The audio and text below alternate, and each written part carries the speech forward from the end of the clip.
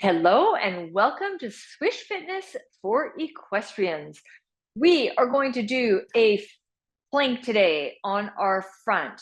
We're going to go over some of my pet peeves for planking, but this is a really great exercise to get some stability in the core and to also keep your upper body in a good position at the same time.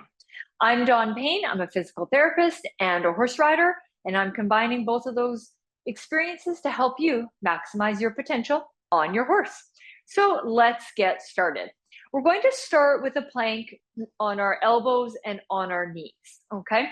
So from here, I like to have your arms shoulder width apart, your elbows shoulder width apart.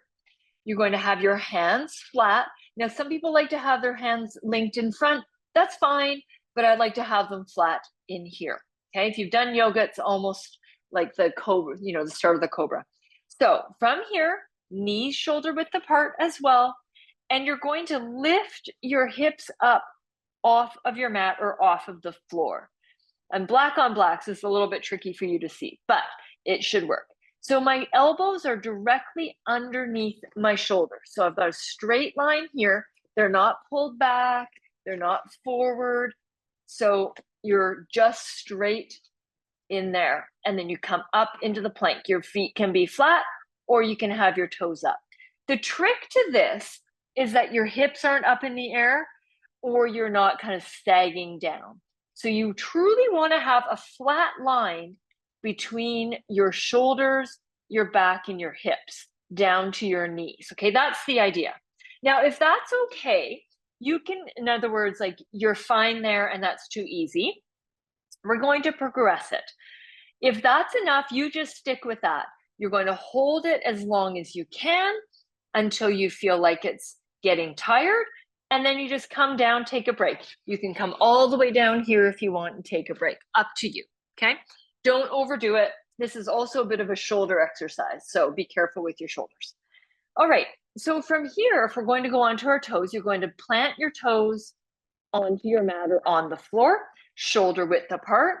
You're going to lift your hips up off the floor, push back onto your heels, and make sure you stay in a nice plank position here. Now, what I often see again is I see people doing this because it's a lot easier to do this. You're not using your core as much, or they sink down or get an arch in their back. Really try to tuck your tail under, but hold that position there.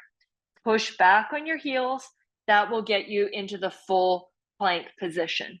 Hold as long as you can, then come down and take a break.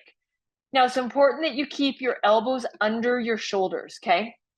I keep turning my head to look at you, but I want you to keep looking forward as you do this, all right? So you want to come up into your plank, push back, and then look ahead of you, okay? You can do this two ways. You can keep your chin tucked in like this, or you can look forward a little bit. Just depends on you. Make sure your hips don't sink down. Hold them up. Keep that pressed back and hold as long as you can. All right, those are two ways to try your front plank. Be careful with it. Just do as much as you can.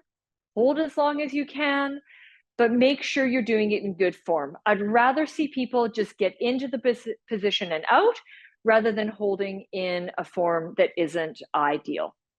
That's it for today.